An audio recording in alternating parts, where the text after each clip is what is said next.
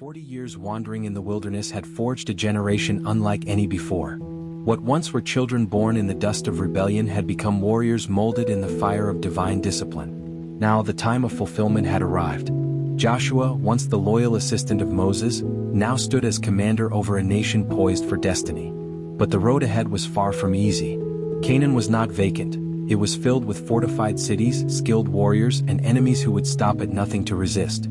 At the edge of the Jordan, God's voice thundered into Joshua's soul. Moses is gone. Now rise. Be strong and courageous. Every step you take on this land I will give to you. Joshua 1 verses 2-3. But divine promise did not mean instant victory. The land had to be taken by faith, step by step, trusting in the invisible hand of the Almighty. Have you already clicked on the like button and subscribed to the channel? This helps us understand that you are enjoying our videos and YouTube is sending you more. We count on your help. Let's go back to the video. Even before the clash of swords or the sound of marching feet, Joshua faced a spiritual reckoning. In a moment of solitude, he encountered a heavenly figure bearing a drawn sword.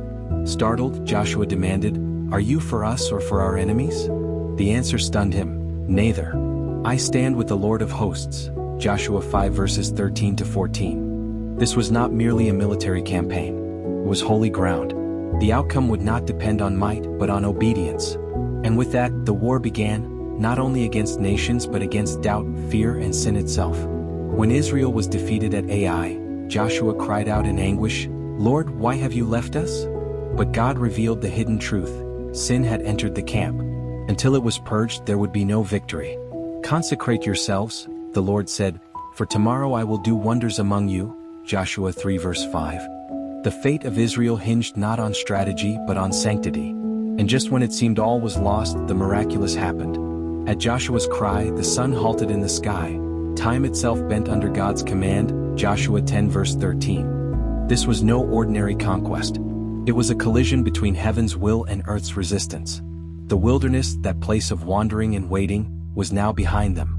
For 4 decades, Israel had drifted, their fathers consumed by doubt and disobedience. They had seen the promised land but did not believe. Now, a generation arose that dared to trust, to step into the unknown, led not by a prophet or a king, but by a man of relentless faith, Joshua, son of Nun. From the summit of Mount Nebo, Moses had glimpsed the land flowing with milk and honey, but he would not cross its border. His mission ended there and the mantle passed. As Israel mourned, God's command echoed with urgency, "Arise. Lead my people into the land I swore to their ancestors. No one shall stand against you. Meditate on my law day and night, for then you will succeed." Joshua 1 verses 7-8. The weight of legacy, the pressure of leadership, it all fell on Joshua's shoulders. And yet he did not shrink back. He rallied the elders, stirred the hearts of the warriors, and with unwavering resolve declared, "Prepare yourselves. In 3 days we cross the Jordan." Beside him stood Caleb, the other faithful spy from decades past. Though advanced in age, his spirit remained unshaken. He had seen the same land, faced the same giants, and survived the same desert. "Joshua," he said, 40 years ago we believed alone. Now the moment we waited for has arrived. Let us claim what is rightfully ours." Their eyes burned with the memory of those who had fallen, of dreams buried in sand, of a promise preserved through perseverance. The time had come to act. But first, Joshua needed insight. He dispatched 2 spies to Jericho, the most secure city in the region, surrounded by walls so tall they seemed to touch the sky. Inside Jericho, fear pulsed through every street. The stories of Israel's God had reached them. The plagues of Egypt, the Red Sea splitting in 2, the victories east of the Jordan. Hearts melted with dread. And in this city of dread, the spies found an unlikely ally. Rahab, a woman scorned by society, opened her door and hid them. She spoke with trembling faith, "I know your God is the true God. We have heard of his power. Please, when you come, remember me and my family." Joshua 2 verses 9-13. Her plea was met with a promise. A scarlet cord would mark her window, and when the walls fell, grace would remain. The spies returned to Joshua with a fire in their eyes. "The people are terrified. The Lord has already given us the city." Joshua did not delay. He called the nation to prepare. But crossing the Jordan at flood stage seemed impossible. Yet again God intervened. "Let the priests carry the Ark of the Covenant," he said. "When their feet touch the water, the river will stop." Joshua 3 verse 13. And it did. The mighty Jordan stood still. Israel crossed on dry ground just as their ancestors had done at the Red Sea. It was a reminder, the God who delivered them before was still leading the way. But as Jericho loomed ahead, God gave an unexpected command. Before they could fight, they had to be consecrated. This generation had not been circumcised in the wilderness, a sign of their covenant with God. Joshua hesitated. "But Lord, if we do this now, we'll be defenseless." God replied, "You will not conquer by strength but by my spirit." Trusting the voice he had followed for so long, Joshua obeyed. The entire camp stopped. Every male was circumcised. 4 days Israel rested, wounded, exposed, vulnerable. And yet Jericho did not attack. The terror of the Lord had fallen on the city, Joshua 5 verse 1. In this act of surrender, God re-established his covenant. "Today I have rolled away the shame of Egypt," he declared. "This place shall be called Gilgal," Joshua 5 verse 9. That night they celebrated Passover, the first in the Promised Land. No more manna fell from the sky. Instead, they ate from the produce of Canaan, tasting for the first time the fruit of a promise fulfilled. The wilderness was gone. The provision had changed, but the provider remained. They were no longer wanderers. They were warriors, consecrated, tested, and ready. But before the first trumpet blast, before the march around Jericho's walls, Joshua encountered a presence that changed everything. A divine warrior stood before him, sword drawn, face like fire. Joshua fell to his knees. He realized this battle was not just Israel's, it was God's. And the Lord was not just behind them. He was leading the charge. Don't let your journey of faith be delayed in the wilderness of doubt. God is calling you to cross over into the promises he has for your life. Step forward in trust, obedience, and consecration. And if you're ready to go deeper, to live a life of purpose, provision, and divine destiny, download the free ebook Rich Life with God. Let this be the season where your faith leads you into the fullness of everything God has promised. Open book, have I not commanded you? Be strong and courageous. Do not be afraid, do not be discouraged, for the Lord your God will be with you wherever you go. Joshua 1 verse 9. It was night. Joshua, cloaked in silence, stepped alone into the desert's darkness, climbing a hill that overlooked the massive fortress of Jericho. The city loomed like a sleeping beast, walls towering, thick as fortresses, stretching toward the starlit sky. Torches flickered along the ramparts where watchful sentinels patrolled. The city seemed untouchable, invincible. Joshua's mind raced through every strategy, but his heart trembled with the weight of the impossible. Could they really conquer such a place? Then something caught his eye. A few yards away stood a man, tall, radiant, a sword drawn in his hand. Instinctively, Joshua reached for his weapon. His voice, steady but cautious, broke the silence. "Are you for us or for our enemies?" The stranger's voice thundered with authority. "Neither. I am the commander of the Lord's army." Time froze. The air thickened. Joshua's knees buckled under an invisible weight. This was no ordinary warrior, this was a divine encounter.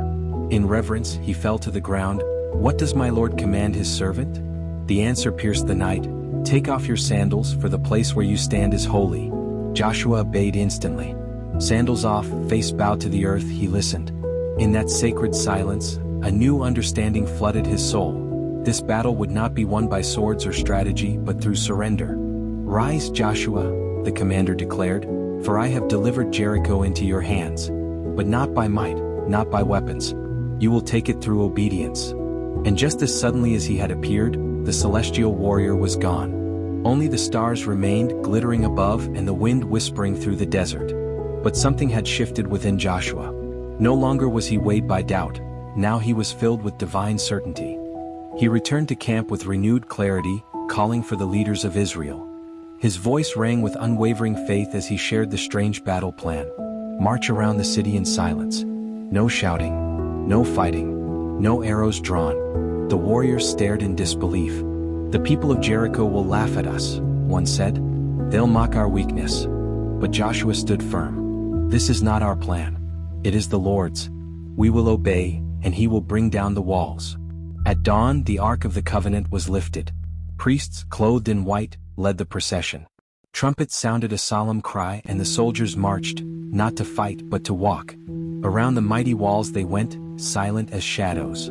From above, the people of Jericho watched, some with scorn, others with unease.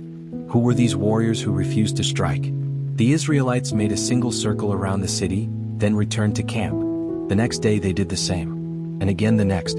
For 6 days they marched, always in silence, always with the ark, always under the eyes of their enemies. By the 7th day the city's defenders had grown restless. Laughter had faded into dread. Something unseen stirred the hearts of the Canaanites, something divine. And when the sun rose on that 7th morning, the Israelites prepared for something different. They marched not once but 7 times. The trumpets blared louder. The footsteps beat like a holy drum. And then Joshua raised his hand. Shout! For the Lord has given you the city. And in unison, the people cried out with a roar that seemed to shake the heavens. In that instant the earth rumbled beneath them. Cracks split through the walls of Jericho. Stones loosened, then crashed to the ground. Like a collapsing mountain, the walls crumbled. The gates burst open. And Israel surged forward.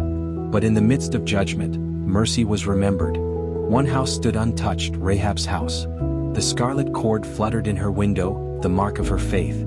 The spies found her just as promised and led her and her family to safety. Once a woman of scorn, Rahab was now honored.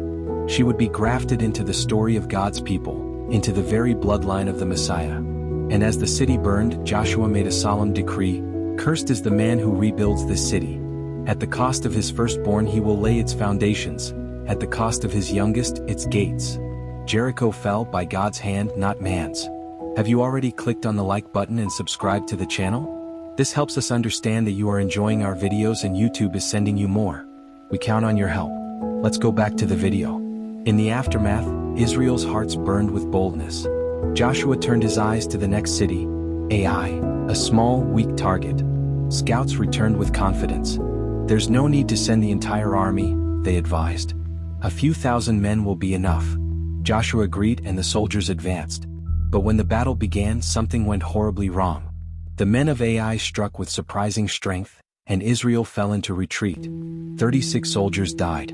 The camp descended into confusion. Defeat wasn't just unexpected, it was devastating. Joshua tore his clothes, fell to the ground before the ark and cried out, "Lord, why have you brought us here? You gave us this land. Now our enemies prevail." And the answer came with divine clarity, Israel has sinned. Someone has taken what was set apart for me. Until this is made right, you cannot stand victorious. It wasn't a matter of strength or strategy, it was a matter of purity. The next morning, God revealed the hidden sin. Tribe by tribe, family by family, the culprit was brought forward. A man named Achan. His head was bowed, his hands shaking as Joshua approached. "Confess before the Lord," Joshua commanded. "What have you done?" And with a trembling voice, Achan admitted it all. "I saw a robe from Babylon, silver, gold. I coveted them. I took them and hid them under my tent." The people gasped. The weight of disobedience had infected the entire nation. And though God had given them victory at Jericho, he would not tolerate theft from what was sacred. The stolen things were found and brought out. Achan's sin had not gone unnoticed by heaven. And it had cost the lives of warriors, tarnished a divine mission and delayed God's promise. Joshua knew what must be done. Purification was not optional, it was essential. And until the people walked in full obedience again, the land would remain just out of reach. They wept, but weeping wasn't enough. God had made it clear, corruption could not dwell among his people. Achan was executed, and with his judgment, the sin of the camp was purged. Only then did Israel regain God's favor. The message was seared into Joshua's soul. Victory wasn't about strategy or manpower, it was about obedience. Now wiser, Joshua gathered his captains. This time there would be no assumptions, no self-reliance. They would wait on the Lord. And the Lord answered, "Do not fear, Joshua. This time I will deliver Ai into your hands. Set an ambush behind the city." The plan was divine. Joshua split his forces, one to lie in wait, the other to bait the enemy at the gates. And when the people of Ai came out, confident from their last victory, the hidden army swept in. Flames engulfed the city. This time it was not human might, but God's presence that brought the walls down. But Israel's trials didn't end with fire and sword. In Canaan, there were enemies that didn't charge with chariots, but came cloaked in deception. Among them were the Gibeonites. They had seen what Israel had done to Jericho and Ai. They knew war meant death. So they chose a different weapon, lies. Donning tattered clothes and carrying moldy bread, they approached Joshua, posing as travelers from a far-off land. "We've heard of your God's great power," they said. "Make a treaty with us. Joshua looked at their worn sandals, their cracked wineskins, and he believed. But he made one fatal mistake. He didn't consult God. He leaned on his own understanding, and 3 days later the truth was revealed. They were Canaanites, deceivers. Joshua confronted them. But instead of annihilation they were spared, with a price. From that day forward, the Gibeonites would serve Israel, cutting wood and hauling water for the altar. Their survival came with chains, and their lies left a shadow that would stir war once again. Because when the kings of Canaan saw Gibeon submit to Israel, they burned with fury. Betrayal. Treason. 5 kings united, 5 armies marched, thousands ready to erase Gibeon for their surrender. The Gibeonites, cornered and terrified, sent word to Joshua, "Don't abandon us. You gave your word." Joshua didn't hesitate. He gathered his forces and marched through the night. At dawn they struck. The enemy, surprised and disoriented, began to flee. But the heavens were not silent. God intervened. From the sky, hailstones fell, giant, crushing, unstoppable. More died from God's storm than from Israel's swords. And as the sun began to set, Joshua knew the enemy would escape under the cover of night. So he did the unthinkable. He raised his voice to heaven and cried, "Sun, stand still over Gibeon. Moon, hold your place over the valley of Ajalon."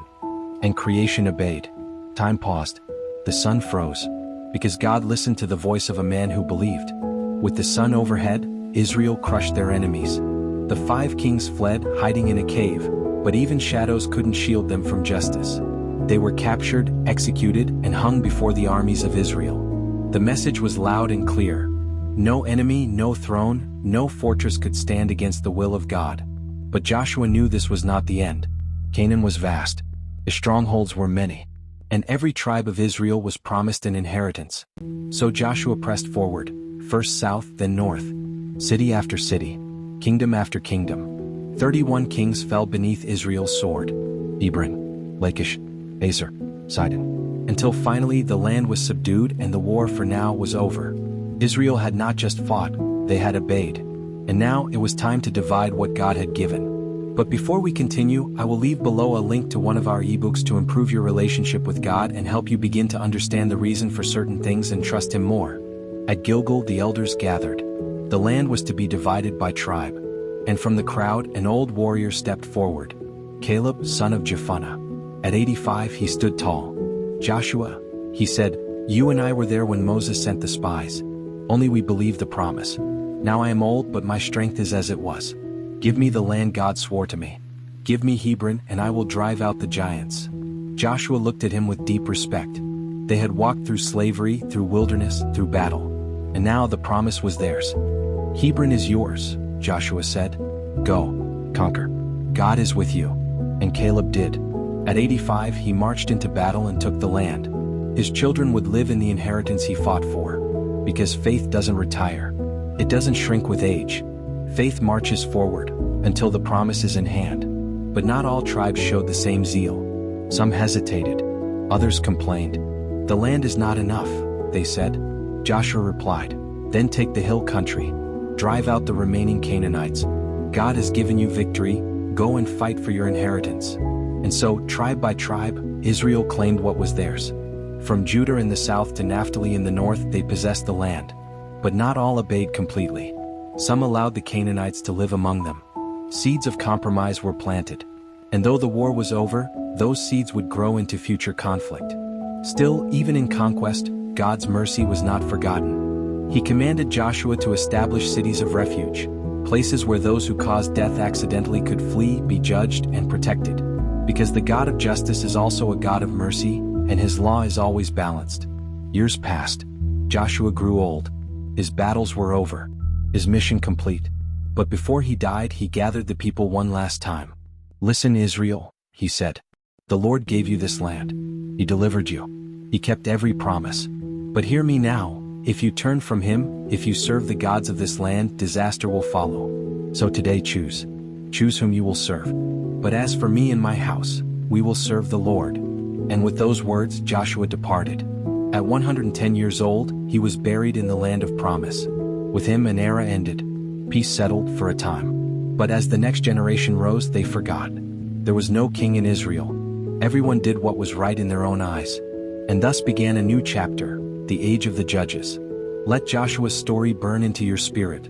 Victory comes through obedience. Faith opens doors. And every word of God will come to pass. This message stirred you? Like, share, and subscribe. Because the journey continues.